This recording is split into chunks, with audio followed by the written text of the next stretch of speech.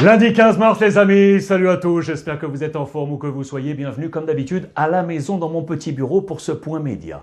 Sans conteste, deux des visages qui ont animé le football européen ce week-end, Cristiano Ronaldo et Monsieur Karim Benzema, ils sont tous les deux au cœur de cette édition. Mais comme d'habitude, on va ouvrir avec le football anglais, c'était le grand derby de Londres, Arsenal 2, Tottenham 1, victoire des hommes d'Arteta, pourtant sans Pierre-Emerick Aubameyang qui est resté sur le banc. Et regardez, le même mot qui est à la une de toute la presse. Hiding, se cacher.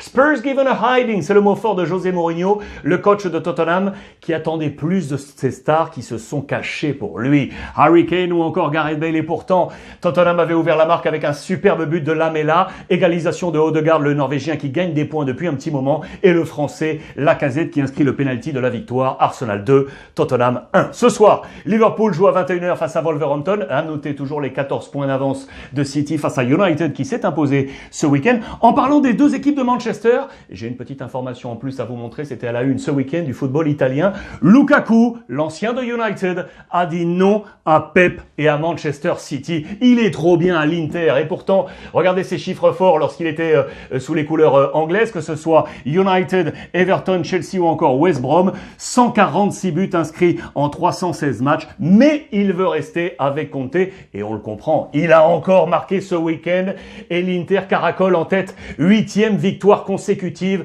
plus 9 points d'avance sur Milan. Le Scudetto est servi pour l'Inter. Regardez les joueurs qui prennent le thé tranquillement. C'est à la une de toute la presse, avec également du Cristiano. On va y revenir. L'Inter, les voici, les 9 points d'avance et ce chin-chin, le jeu de mots à la une de la Gazzetta dello Sport. Victoire donc 2-1 sur la pelouse du Torino. Lukaku a donc marqué. Sanabria avait égalisé pour le Torino. Entrée décisive de Eriksen et Alexis Sanchez. Le but de la victoire signé Lautaro Martinez. Dans le même temps, Milan fait flop. Le plouf à domicile pour la formation de Pioli, sans Ibra face au Napoli de l'ancien de Milan, Gattuso. Défaite 1-0 à noter. Rebic exclu en toute fin de rencontre. Et puis donc, la Juventus avec le grand Cristiano qui s'est imposé 3-1 sur la pelouse de Cagliari. C'est un triplé pour Cristiano Ronaldo, les amis. Le 57e triplé pour Cristiano Ronaldo. Le 3e sous les couleurs de la Juve. Il en avait inscrit 1 avec United, 44 avec le Real Madrid et 9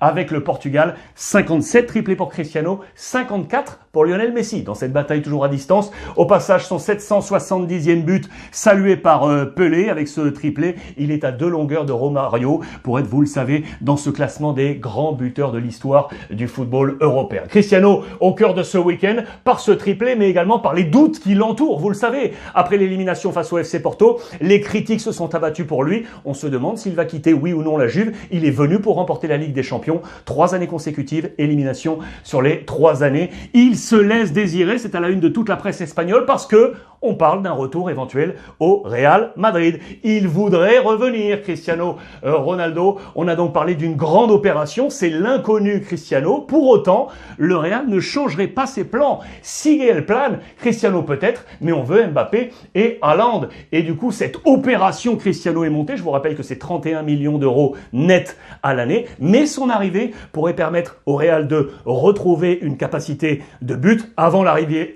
éventuelle de Mbappé et de l'ami Haaland. Cette capacité de but qui pour l'instant est inscrite par un seul homme, c'est Karim Benzema qui veut la Liga. Il a mis le feu avec un doublé face à Elche, la victoire 2-1. Il est l'homme providentiel, vous le savez, du Real Madrid. Il est au classement des meilleurs buteurs du Real. Il est dans le top 5. Il est au classement des meilleurs buteurs de la Ligue des Champions. Il est dans le top 5 également. Ligue des Champions Madrid, c'est demain face à l'Atalanta Bergame pour ce match retour avec le problème principal pour Zinedine Zidane, c'est lui. Pas de Casemiro demain. Le poumon du Real Madrid est absent. Suspendu, plusieurs solutions. Valverde, Kroos ou un changement de système pour le Real. Affaire à suivre. Au passage, retour de Marcelo dans le groupe côté Real Madrid. Côté FC Barcelone, les amis, attention, le Barça joue ce soir. Il y a une grosse incidence possible au classement avec Lionel Messi. Ils veulent la Liga. Messi avec au passage un record, celui de Xavi.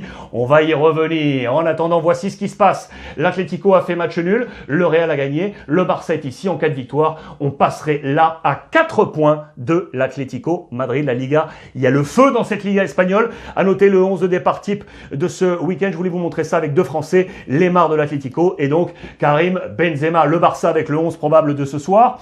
Toujours sans Piqué, Coutinho, Sergi Roberto et Ansu Fati. Voici le 11 probable de Koeman. Ter Stegen, De Jong, Mingueza, Langlais, Dest, Jordi Alba, Busquets, Pedri, Messi, Dembélé et Griezmann, français et français. Ça, c'est intéressant pour le FC Barcelone. Les informations complémentaires avec donc ce record, la chasse de Messi à Xavi ce soir si Messi joue.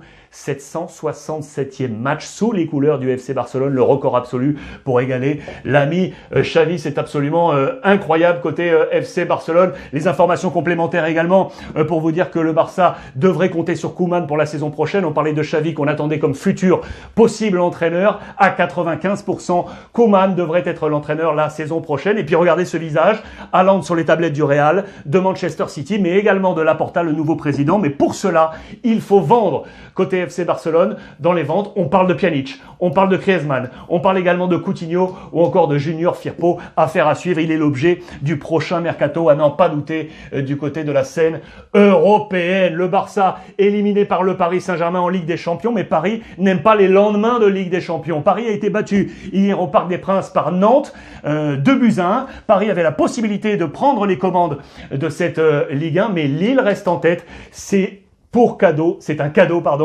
pour Lille. Vous le voyez en page intérieure, on le précise, le champion ne veut pas la main. En marge, on parle de la sortie dans le match de Di Maria qui a été victime, vous le savez, sa famille était à domicile d'un cambriolage. Il a quitté le groupe en plein match pour se rendre auprès des siens. Et donc, ces lendemains qui déchantent, ce sont les lendemains de Ligue des Champions pour le Paris Saint-Germain. 9 défaites, toutes compétitions confondues cette saison. Attention, c'est un chiffre très négatif. Il faut remonter à la saison 2011-2012 pour voir de tels chiffres. Il y a quasiment 10 ans pour le PSG. Dans le même temps, l'Olympique de Marseille, ça va mieux avec Sampaoli. Victoire 3-1 face à Brest. C'est la deuxième semaine pour Sampaoli. Sampa, à l'heure du football, Sampa. Voilà, côté Olympique de Marseille, avec l'un des grands gagnants, c'est Luis Enrique, l'ailier brésilien. 3 passes décisives en 2 matchs pour lui. Il gagne des points. À noter que côté OM, la cellule de recrutement grossit sous la présidence de Pablo Longoria. 3 arrivées dans la cellule de recrutement de l'Olympique de Marseille. L'autre information française de ce week-end, c'est la réélection de Noël Le Graët, à la présidence de la 3F. Il prolonge son mandat, c'est son 4e mandat entamé en 2011. Et vous le voyez avec cette information de nos confrères de l'Observatoire du sport business. La fédération française, je vous grossis tout ça. Voici la présidence de Noël Le Graët, quasiment 10 ans. C'est une longévité intéressante parmi les différentes fédérations européennes. La plus longue à date, c'est l'Albanie avec quasiment 20 ans à la tête de la fédération albanaise. Voilà pour terminer encore quelques petites informations rapidement en Allemagne. Vous le savez, Oliver Kahn sera le nouveau président du Bayern à l'été prochain en remplacement de Rummenigge. Il prépare sa politique. Dans le même temps, le Bayern s'est imposé sur la pelouse du Werder 3-1 avec 4 points d'avance sur Leipzig avec encore un super Lewandowski qui marque. Il est en chasse, vous le savez, au soulier d'or. Le soulier d'or de Lewandowski qui veut atteindre la barre des 40 buts historiques en 1972. Record de la Bundesliga par Gerd Müller. Regardez le temps de passage à l'heure actuelle, il est toujours devant. Gerd Müller avait 29 buts, il en a aujourd'hui 32. La chasse au soulier d'or. En parlant de ce grand trophée, notez que celui de la saison passée a été donné à Ciro Immobile, le buteur de la Lazio. 36 buts, 2 de plus que Robert Lewandowski. Justement, Ciro Immobile, c'est le 3e Italien après Luca Toni en 2006 avec la Fiorentina ou encore Totti en 2007 avec l'AS Roma. Bravo à monsieur Ciro Immobile qui succède à Lionel Messi, qui sera donc attendu ce soir sur les antennes de beIN Sport pour être à l'égal de Xavi. 767 caps sous le maillot historique du Barça devant Iniesta, Busquets, Puyol, Piqué, Minguely, Valdés, Retzach et Amor pour le Top 10. Voilà les amis pour le rappel de l'information de ce lundi. Passez une belle journée et n'oubliez pas comme d'habitude, profitez des vôtres.